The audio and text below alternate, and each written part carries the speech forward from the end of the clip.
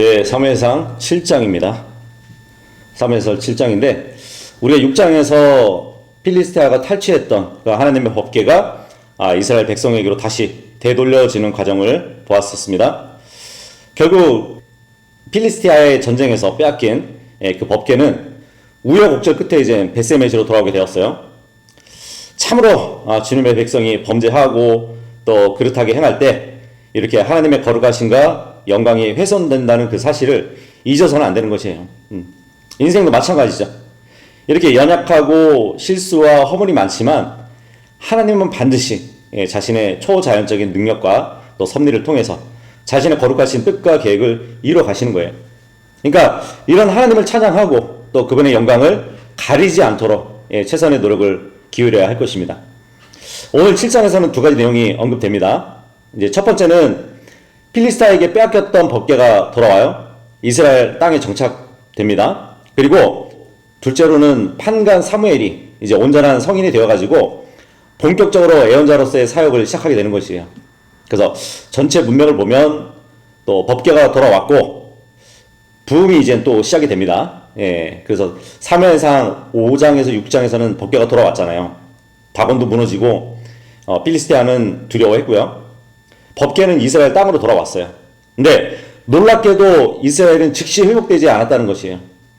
왜일까요? 이 법궤의 귀함과 또 마음의 회개는 다른 문제였기 때문이에요. 그래서 본문은 이렇게 시작합니다.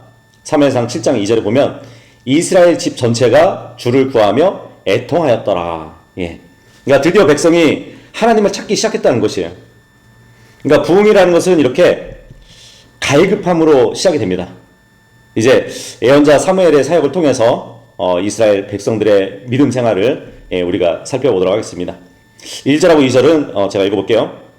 그러자 키랏 여아림 사람들이 와서 주의 법궤를 가지고 올라가 그것을 언덕 속에 있는 아비나답의 집 안으로 들였으니 그의 아들 엘리아자를 성결하게 구별하여 주의 법궤를 지키게 하였더라.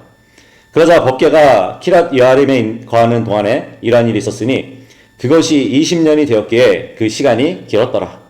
그리하여 이스라엘 집 전체가 주를 구하며 애통하였더라. 여기 본문에 따르면 키랏 여아림 사람들이 와서 주의 법궤를 가지고 올라갔다고 합니다. 이 필리스타에서 돌아왔던 법궤를 이스라엘 백성들이 성막이 있는 실로로 옮겨가지 않고 키랏 여아림에 두었다는 것이에요. 자, 그렇다면 왜 성막으로 옮겨지지 않았을까요?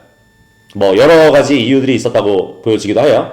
첫 번째는 4장 9절에서 11절까지 보시면 이 아펙 전투가 있었잖아요. 그 아펙 전투의 결과로 필리스티아 사람들에 의해서 그 당시에 실로까지 철저히 파괴되었기 때문에 그럴 수도 있습니다. 그리고 두 번째는 엘리 제사장과 그 아들들 때문에 사실 실로의 성소가 주님께 더럽혀졌잖아요. 그 결과로 인해서 백성들이 법궤 보관 장소로 기피 했을 것으로 또 보이기도 하고요. 그리고 세 번째는 되도록이면 필리스티아 도성에서 멀리 떨어진 그러한 안전한 곳에 법궤를 보관하고자 했기 때문일 수도 있습니다. 그 당시 키랏 여아림의 지정학적 위치를 보잖아요. 그러면 필리스티아의 정치적 영향권 아래 놓여 있었음에도 불구하고 실로보다는 더 먼 지역이었어요. 그래서 법궤가 필리스타에서 멀어지면 멀어질수록 더 안전하다는 그 생각에서 옮겨진 것처럼 보여지기도 합니다. 그래서 결국 키랏 여아림의 이 아비나답의 집 안으로 법궤가 들어왔어요. 자, 그렇다면 이 아비나답은 레인으로 볼 수 있거든요. 물론 이 도시는 레인들에게 할당된 도시는 아니었어요. 그런데 그렇게 봐야 할 근거가 있어요. 사사시대에는 레인들이 자신들의 도시를 이탈해서 다른 지역에서 생활한 경우가 흔했단 말이에요. 사사기 17장에 보면은 미가의 집에 왔던 베들레헴 유다 출신의 레인을 우리가 봤었죠. 그리고 사무엘 하 6장 3절에 가서 보잖아요. 나중에 이 아비나답의 후손들이 언약궤를 옮기는 일에 공식적으로 참여했다고 기록이 되어 있어요. 그리고 오늘 본문에 보니까 아비나답이 한 일을 말해주고 있잖아요. 그의 아들 엘리아자를 성결하게 구별하여 주의 법궤를 지키게 했다고 합니다. 여기서 성결하게 구별했다는 이 말은 출애굽기 28장 3절을 보잖아요. 그러면 제사장을 세울 때 사용하던 말이에요. 이 엘리아잘이 혈통상 제사장 가문의 후예가 아니었습니다. 그럼에도 당시의 특별한 상황은 이 제사장 직무를 감당해야 할 사람이 반드시 필요했다는 것이에요. 그래서 제사장 가문은 아니었지만 레위 지파였기 때문에 그곳 주민들은 엘리아잘을 제사장으로 이렇게 세웠던 것 같아요. 그래서 성경은 엘리아잘이 어떤 권위에 의해서 또 어떤 방식에 따라서 제사장으로 구별되었는지에 대해서는 침묵하고 있어요. 그리고 제사장 신분으로 이제 거룩히 구별된 이 엘리아잘이 구체적으로 주의 법궤를 어떻게 지켜냈는지 확실치 않습니다. 어쨌든 아펙 전투로 인해서 실로가 파괴된 그 이후로 공식적인 예배나 제사는 일단 중지가 되어 있는 상태였단 말이에요. 그래서 이 엘리아잘의 주 임무는 예배나 제사 행위보다는 법궤를 안전하고도 정결하게 그 보관하는 일이었다고 볼 수 있습니다. 근데 그 동안 20년의 침묵이 있었다고 그래요.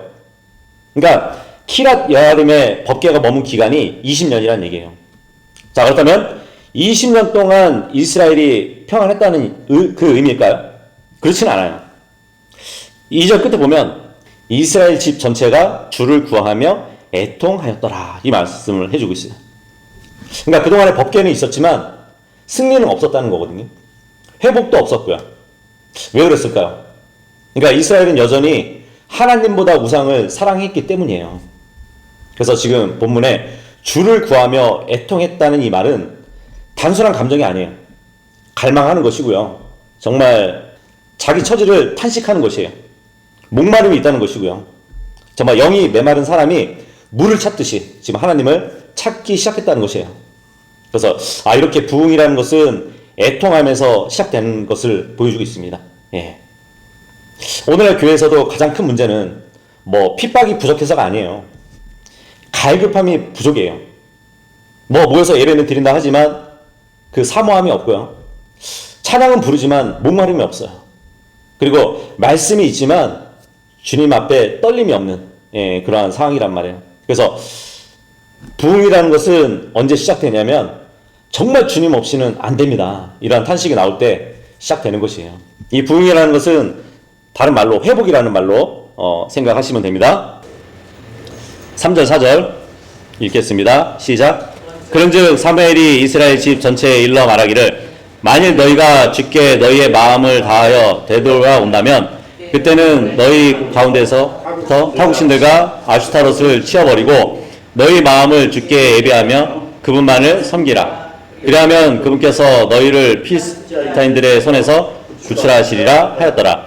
그때 이스라엘 자녀들이 바알들과 아슈타롯을 치워버리고 주만을 섬겼더라. 여기서 드디어 이제 사무엘의 활동이 본격적으로 언급되기 시작합니다. 물론 사무엘의 신앙의 부흥 운동이 그동안에 계속되어 왔을 거예요. 근데 이제는 하나님께서 적절한 때를 포착하셔가지고 이제 사무엘은 본격적이고도 공개적으로 이스라엘의 정치, 종교 지도자로서의 활동을 시작했다고 보시면 돼요. 사무엘이 성인이 됐어요. 그래서 애언자적인 그 일을 수행하는데 본문을 보니까 타국신들과 아슈타롯을 치워버리고 너의 마음을 주께 예비하며 그분만을 섬기라고 지금 얘기하고 있습니다. 그러니까 이스라엘이 주를 버리고 여러 이방신들과 여신을 숭배했다고 하는 거예요.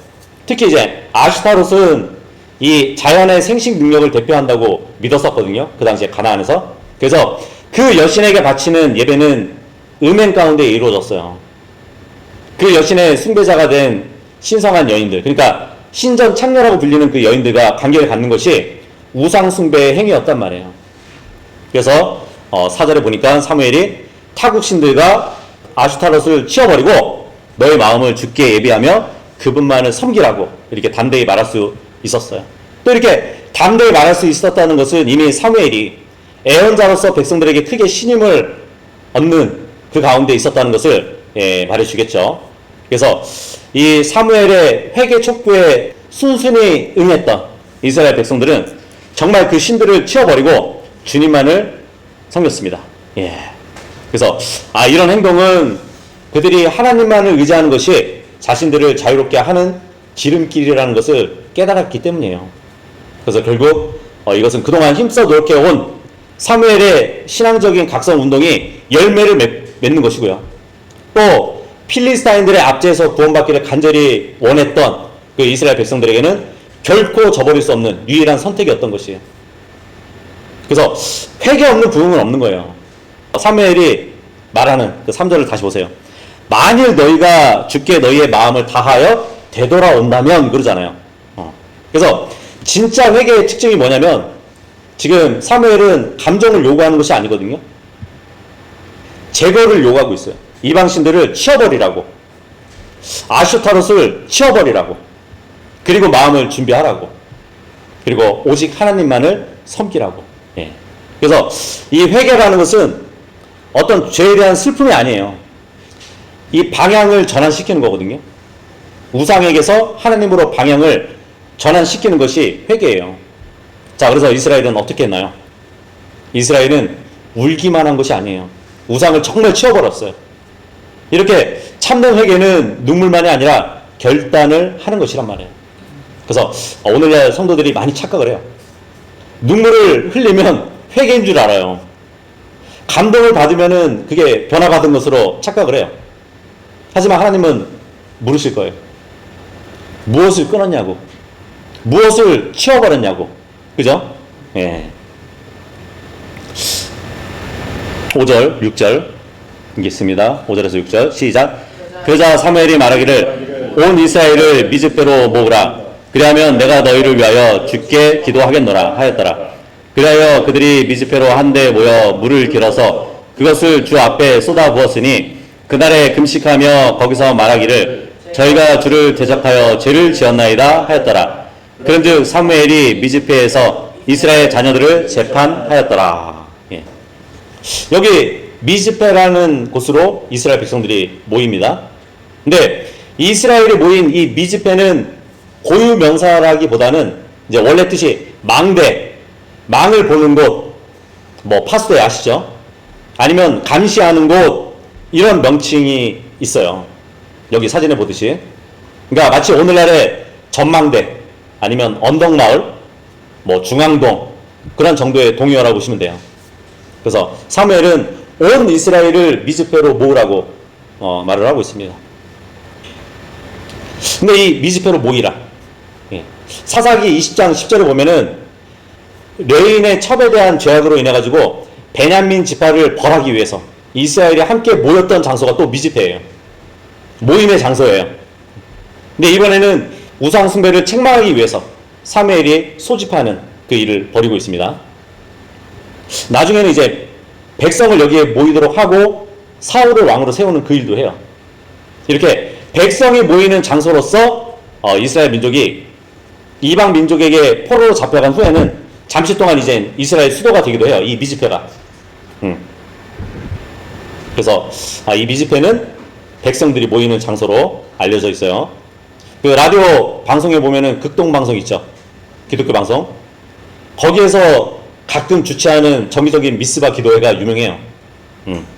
그러니까 국가적으로 위기 상황이나 영적 부흥을 위해서 회개와 기도로 모이는 범교파적인 그런 연합 기도 운동회가 미스바 기도회인데, 영어 발음으로 이제 미즈배라고 보시면 됩니다. 예. 자, 그런데 지금 이스라엘이 미즈배로 모였어요. 자, 그리고 놀라운 행동을 합니다. 6절에 보니까 미즈배로 한데 모여 물을 길어서 그것을 주 앞에 쏟아부었다 그래요. 미즈배의 부흥을 보면 이제 물을 붓고 금식을 한다는데, 그렇다면 뭐 금식을 한다는 것은 이해가 되지만 왜 물을 부었을까요? 물을 붓는 의미가 뭘까요? 뭐 신명기에 보면은 주님의 제단에 피를 쏟기도 합니다. 또 음식 제물 중에서 국을 쏟아붓기도 합니다. 제단에. 그리고 음료 제물도 쏟아붓기도 해요. 뭐 포도주 같은 거. 그런데 물을 붓는 것, 이것은 제사 행위가 아니거든요. 그래서 물을 붓는 행위는 마치 물을 부어 쏟듯이 자신의 마음 전부를 주님께 내어놓고 회개한다는 것을 뜻하는 어떤 상징적인 행동을 지금 보여주고 있는 것 같아요. 시편 22편 14절에 보면은 메시아 시편이 있어요. 십자가에 달리신 예수님 그리스도께서 자신이 물처럼 쏟아져 버렸다는 그런 애언이 있습니다. 예. 그러니까 자신의 슬픔을 외적으로 모두 토로한다는 것을 표현하는 상징적인 행동이 물처럼 쏟아져 버렸다는 그 표현이에요. 우리는 쏟아진 물처럼 무너졌습니다. 이거란 말이에요. 우리는 힘도 없고 자격도 없고 의도 없고 완전히 파산했다는 그 선언이 바로 물처럼 쏟아버려지는 그런 표현이란 말이에요. 사무엘하 14장 14절에도 보잖아요. 그러면은 그런 표현이 있어요. 이는 우리가 필연적으로 반드시 죽어야만 하고 땅바닥 위에 흘려져서 다시는 모일 수 없는 물과 같이 되었기 때문이라고 그런 표현을 한단 말이에요. 그래서 이 미즈페로 모인 사람들이 물을 가져와서 물을 쏟아붓는 그 행위는 자신의 죄에 대한 슬픔을 가리킨다고 보여지겠죠. 내가 주님 앞에 물처럼 쏟아져 버렸다고 그것을 토로하는 것이. 자, 그럼 반대로 물을 쏟는 일 말고 물을 깃는 행동도 성경에 나오거든요. 물을 깃는 행동은 무엇을 얘기할까요? 이사야서 12장 3절에 보면은 너희가 구원의 샘물들에서 즐거움으로 물을 기르리라 라는 말씀이 있어요. 그러니까 물을 깃는 즐거움은 구원을 상징한다고 보시면 돼요. 자, 그리고 이스라엘 백성은 금식을 합니다. 예. 금식을 한다는 것은 단순히 식사를 중단하는 것이 아니에요. 내 육신보다 주님이 더 필요합니다. 예, 이런 것을 의미하는 것이에요. 그러니까 하나님은 가득 찬 사람을 채우지 않으세요. 자기 의로 가득 찬 사람이나 자기 자랑으로 가득 찬 사람이나 그런 사람에게는 자신을 채우지 않으세요. 그릇이 비워져야 주님의 영이 채워지는 것이거든요. 그래서 지금 이스라엘 백성들은 저희가 주를 대적하여 죄를 지었나이다 하고 자신들을 쏟아붓는 비어져 있는 그릇에 주님께서 들어오시라는 그런 표현을 하는 것이에요. 7절 읽겠습니다. 시작. 그러자 이스라엘 자녀들이 미즈페에 함께 모였다는 것을 필리스타인들이 들었을 때 필리스타인들의 군주들이 이스라엘을 대적하여 올라갔더라. 이에 이스라엘 자녀들이 그것을 듣자 그들이 필리스타인들을 무서워하였더라. 예. 자, 본문을 보니까 이스라엘 백성들이 회개하려고 모였어요. 근데 회개할 때 반드시 공격이 온다는 사실을 보여주고 있어요. 이스라엘이 회개하자마자 필리스티아가 올라옵니다. 이건 정말 우연이 아니에요. 왜 하필 회개 직후에 공격이 오는 걸까요? 이것은 사탄의 습성이에요. 사탄은 죄를 짓는 사람보다요 돌이키는 사람을 더 싫어해요. 그러니까 이게 영적 전쟁의 원리라고 보시면 되거든요. 지금 이스라엘은 과거처럼 법궤를 들고 나오지 않았어요. 막 땅에 메아리가 칠 정도로 함성을 지르지도 않았어요. 이번에는 사무엘에게 기도를 요청합니다. 예. 이제 놀라운 변화가 있음을 보여주게 될 것인데, 과거에는 이제 상징에 의지했었잖아요. 그죠? 하나님을 의지하기보다는 그 법궤를 마치 승리의 아이콘으로 의지를 했었단 말이에요. 법궤를 의지했고 종교를 의지했고 시스템을 의지했었어요. 하지만 패배를 해버렸죠. 근데 이제는 정말 하나님께 자신을 매달리게 하는 것이에요. 8절에서 10절 시작. 그리하여 이스라엘 자녀들이 사무엘에게 말하기를 주 우리 하나님께서 우리를 필리스타인들의 손에서 구원하시도록 저희를 위하여 그분께 부르짖는 것을 중단하지 마소서 하였더라. 그러자 사무엘이 젖먹는 어린 양 한 마리를 가져와서 그것을 번제물로 주께 통째로 바쳤더라. 그런 다음에 사무엘이 이스라엘을 위하여 주께 부르짖었더라. 그러자 주께서 그의 말을 들으셨더라. 그리고 사무엘이 번제물을 올려 바치는 동안 필리스타인들이 이스라엘을 대적하여 전투하기 위하여 가까이 다가왔더라. 그러나 주께서 그날에 필리스타인들을 위해 엄청난 천둥을 내리치셔서 그들을 패주시키셨더라. 그리하여 그들이 이스라엘 앞에서 패하였더라. 네. 이 우상숭배, 그러니까 우상숭배를 단호하게 끊어버리기로 결정한 후에 백성들이 미즈페에 모였어요. 이스라엘에 대한 필리스타인들의 공격은 단순히 이스라엘 사람들이 미즈바에 모였다는 그 사실 자체 때문은 아니었습니다. 예. 사사기 20장 1절에 보잖아요. 예전에 전쟁을 준비하기 위해서 11지파가 미즈바에 모였던 일이 있었어요. 전쟁을 준비하기 위해서. 그래서 필리스타인들이 봤을 때는 사무엘의 회개 촉구에 따라서 이제 이스라엘 백성들이 다시 하나로 뭉쳐서 전쟁을 준비하기 위한 행위로 파악을 했던 것이에요. 그러한 움직임이 더 확장되기 전에 먼저 선제 공격을 감행하려고 했던 것이란 말이에요. 사실 이제 오랫동안 이제 필리스타인 정치적 영향력 그 아래에 있던 이스라엘 백성들이 이방 신상을 지금 제거하고 치워버리고 민족적인 신앙으로 회복되는 큰 집회를 갖게 된 거잖아요. 그러니까 필리스타의 압제로부터, 필리스타의 정치로부터 종교의 자유로 독립을 선언하는 그 명백한 도전 행위가 지금 벌어지고 있단 말이에요. 그래서 이 필리스타인들은 이런 독립 선언을 보고 이스라엘이 그에 따른 어떠한 행동도 시도하기 전에 먼저 가서 기선제압을 하기 위해서 서둘렀다는 것을 보여준단 말이에요. 그래서 필리스타가 아주 빠른 속도로 공격해 왔기 때문에 지금 각지에서 모여든 이스라엘 사람들은 전쟁에 대한 어떠한 준비도 하지 못하고 있었어요. 무기들이 잘 갖춰진 필리스타 군대들과 대면해야 하는 상황이란 말이에요. 그래서 이스라엘은 많이 두려워했을 겁니다. 당시 이스라엘은 싸울 무기나 조직들이 변변치 못했어요.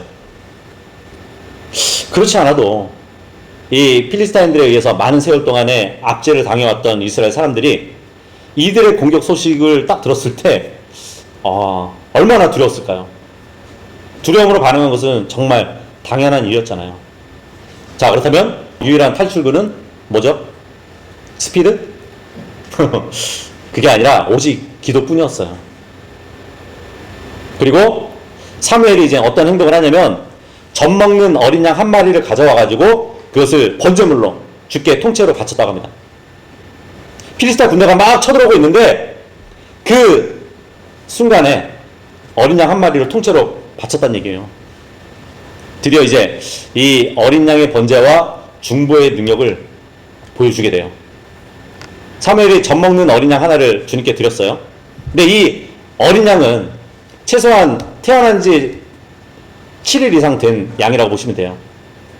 레위기 22장 27절에 보면 숫송아지나 양이나 염소가 태어났다면 그때는 그것을 어미 짐승 아래에서 7일 동안 있게 할지니라. 그리고 8째 날들부터 그 이후로는 그것을 불로써 드려지는 제물로 주님께 기꺼이 받아들여지리라. 이렇게 기록이 되어 있단 말이에요.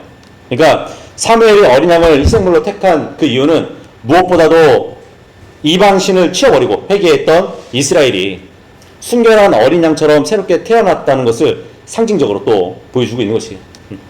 그러면서 어린 양 한 마리를 가져와서 그것을 번제 헌물로 주님께 통째로 바쳤대요. 문자적으로 어린 양 한 마리를 통째로 드렸다는 것은 말 그대로 각을 뜨지 않고 통째로 불살라졌다고 볼 수 있겠죠.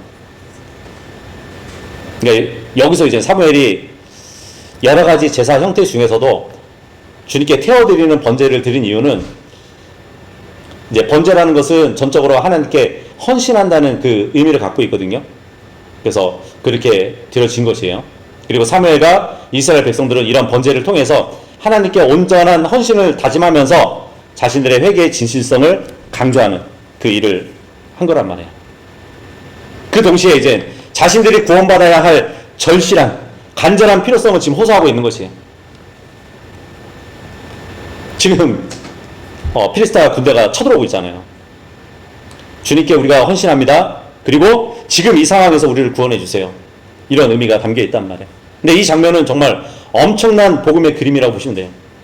일단 첫 번째로 어린 양이 드려졌잖아요. 성경에서 어린 양은 언제나 예수 그리스도를 예표한단 말이에요.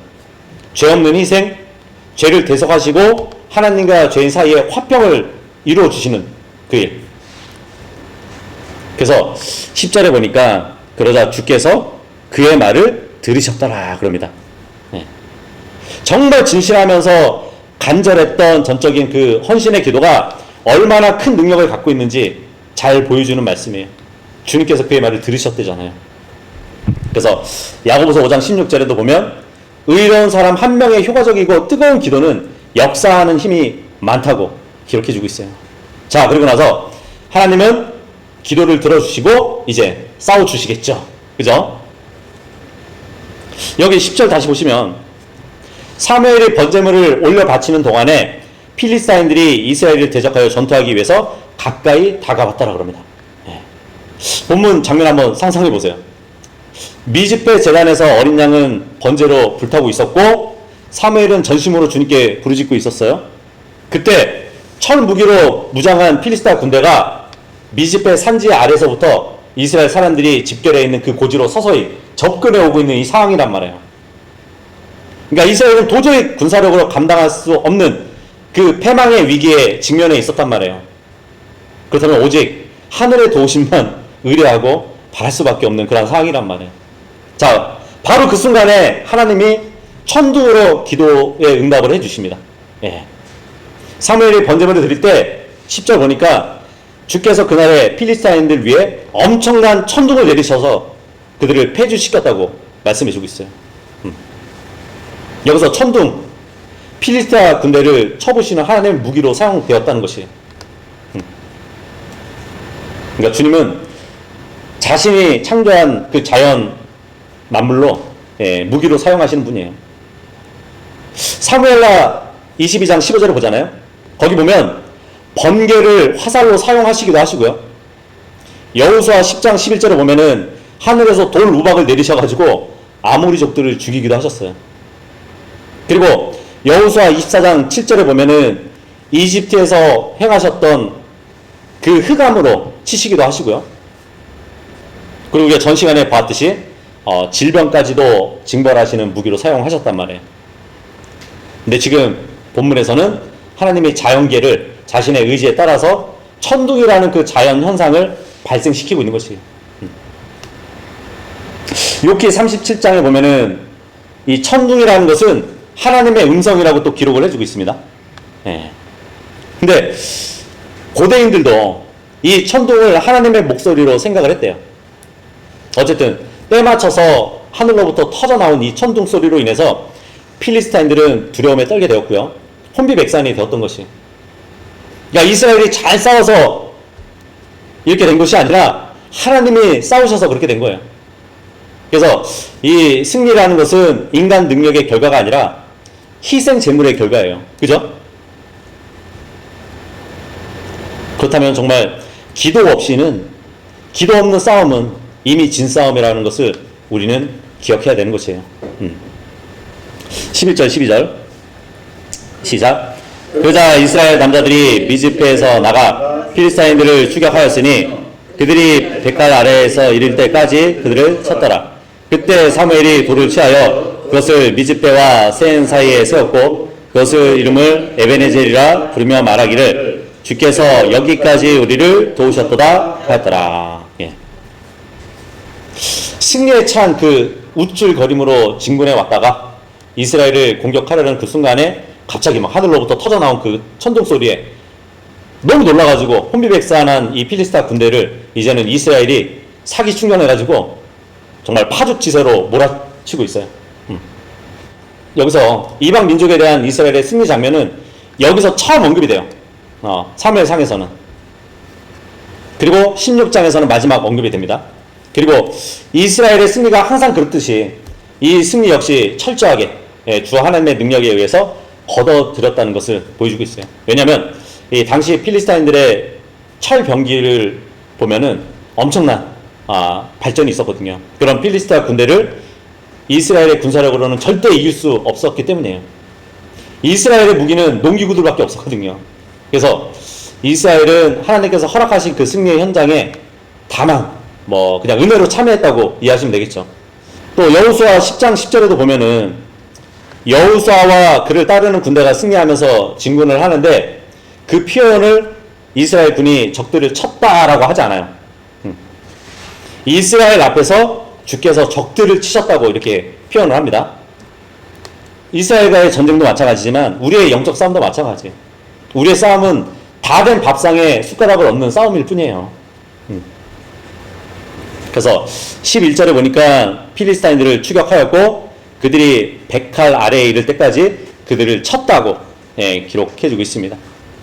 그러니까 구체적으로 보면은 그때 사무엘과 이스라엘이 필리스티아 군대를 서쪽의 한계점까지 추적해 갔다는 얘기예요. 저 서쪽 끝에는 바다거든요. 궁지까지 몰아갔다는 얘기예요. 근데 사실 40년간 이 필리스타인들의 압제에 시달렸던 이스라엘이 이 싸움에서 이겼을 뿐만 아니라 정말 필리스타인들의 영역, 가나안 서쪽까지 그 막강한 군대를 공격하면서 쫓아갈 수 있었다는 것은 정말 하나님의 절대적인 도움이 없이는 불가능한 일이었어요. 그래서 이 미즈페 전투의 승리가 오직 하나님의 도우심이라는 사실을 미래 세대에 증가하기 위해서 하나의 돌을 세워요. 기념석을 세운단 말이에요. 그러면서 필리스티아 군대를 추격해간 그 장소에 세우게 됩니다. 그러면서 유명한 단어가 나와요. 12절에 보니까 에베네젤이라 부르며 말하기를 주께서 여기까지 우리를 도우셨도다 했더라. 예. 근데 여기서 에베네젤은 앞장의 4장 1절의 에베네젤과는 좀 다릅니다. 그 이유가 뭐냐면 이제 위치에 있어서도 다르고요. 한 지역의 명칭이라면 여기 나오는 본문의 에베네젤은 다만 돌 이름이기 때문이에요. 그래서 그것을 구별하시고 어쨌든 에베네젤 실패의 장소가 간증의 장소가 되었다는 것을 보여주고 있어요. 그래서 사무엘이 돌 하나를 세웁니다. 돌 하나를 딱 취해가지고 세운다. 이것은 이제 특별한 사건을 후대까지 기념하기 위해서 그 목적으로 세우는 것이에요. 이 에베네젤의 뜻이 뭐냐면 주께서 여기까지 우리를 도우셨도다. 예. 우리나라의 기업 이름도 있죠. 에베네젤. 그 기업이 있잖아요. 주님께서 그 기업을 도우신다는 의미겠죠. 자, 그런데 사실 놀라운 반전이 있어요. 이 이름은 원래 사무엘상 4장에서는 전쟁에서 패배했던 장소잖아요. 그 근처란 말이에요. 과거에 법궤를 빼앗겼고 하나님의 영광이 떠났고 수치를 가져왔던 그 근처란 말이에요. 근데 이제는 회개를 했고요. 승리를 했고 간증을 남기고 있어요. 이것을 보면은 정말 하나님은 패배의 자리도 은혜의 자리로 바꾸시는 분이에요. 승리의 자리로 바꿔주시는 분이라는 것을 말씀해주고 있어요. 그래서 사탄은 과거를 막 말하면서 정죄하지만 하나님은 그 같은 장소에 돌을 세우시는 분이에요. 간증을 남기게 해주시는 분이란 말이에요. 자, 그런데 재밌는 것은 지금 돌이 세워진 이곳은 벳갈과 가까운 곳이라고 성경은 말씀해주고 있습니다. 근데 이 벳갈이라는 의미가 뭔지 아세요? 어린 양의 집 아니면 초원의 집이라는 뜻이에요. 그러니까 주님은 이스라엘의 양들을 사망의 그림자의 골짜기에서 양들의 쉴 수 있는 초장에 이르기까지 도우셨다는 그러한 의미를 또 우리가 찾아볼 수 있는 것이에요. 13절에서 마지막 17절까지 읽겠습니다. 시작. 그렇게 하여 필리스타인들이 정복되었고 그들이 더 이상 이스라엘의 지경 안으로 들어오지 못하였더라. 그런즉 사무엘의 모든 날 동안 주의 손이 필리스타인들을 대적하셨더라. 그리고 필리스타인들이 이스라엘에게서 빼앗았던 도시들이 에크론에서 가디에 이르기까지 이스라엘에게 반환되었더라. 그리고 그것의 지경들을 이스라엘이 필리스타인들의 손에서 구출하였더라. 그리고 이스라엘과 아모리족들 사이에 화병이 있었더라. 그런즉 사무엘이 그의 생애의 모든 날 동안 이스라엘을 재판하였더라. 그리고 그가 매해 베레가 길갈과 미즈페를 순회하며 이 모든 곳들에서 이스라엘을 재판하였더라. 그리고 나서 그는 라마로 되돌아갔으니 거기에 그의 집이 있었기 때문이라. 그런즉 거기서 그가 이스라엘을 재판하였으며 거기서 그가 주께 제단을 쌓았더라. 예. 여기 이제 필리스타의 정복을 한 그 내용을 보여주고 있습니다. 그런데 필리스타 정복은 이스라엘 백성에 대한 완전한 항복을 의미하지는 않아요. 왜냐하면 나중에 10장 5절에 따르면 이 필리스타인들은 이스라엘 진영 일부에 자신들의 총독부나 수배대를 계속 두고 있을 정도로 이스라엘의 강력한 영향력을 여전히 행사하고 있었기 때문이에요. 그러니까 여기 이 말은 미즈페 패전 이후에 필리스타인들은 더 이상 이전처럼 이스라엘과의 전투에서 승리하지 못했다고 말씀해 주고 있는 것이에요. 그러니까 그 세력이 약화되어 갔다는 것을 의미한단 말이에요. 물론 이 기간 동안은 이스라엘은 필리스타에게 빼앗겼던 많은 도시들을 회복할 수는 있었어요. 그리고 그 이후에는 이스라엘 백성에 대한 필리스타의 공격이 계속되었음에도 불구하고 그때마다 하나님께서 친히 그들의 공격을 막아주셨기 때문에 이스라엘은 평화를 누릴 수 있었다는 것이에요. 근데 이런 하나님의 도우심도 사무엘이 사는 날 그 동안이라는 단서가 붙고 있어요. 그러니까 사무엘이 이스라엘의 판관으로서 통치하고 있는 동안을 가리키는 말이잖아요. 이 기간은 이제 앞으로 세워질 사울 왕 그 이후로 약 5년을 포함하는 기간이라고 보시면 돼요. 실제로 이제 사울은 이 5년 동안의 하나님의 도우심으로 필리스타 전투에서 많은 승리를 남길 수 있었거든요. 하지만 사무엘이 죽은 후에 이스라엘에 밀어닥칠 그 일들을 지금 본문에서 예상해 주고 있는 것이에요. 자, 이렇게 해서 오늘 또 사무엘상 7장의 끝을 보니까 진짜 부흥의 결과를 말해주고 있어요. 부흥 이후의 결과를 말해주고 있어요. 그러니까 필리스타를 억제했고요. 도시는 회복되었고요. 화평이 왔어요. 그리고 사무엘이 베델과 길갈과 미즈페를 순환했대요. 그래서 이렇게 부흥이라는 것은 잠깐 있는 감정의 폭발이 아니라는 얘기예요.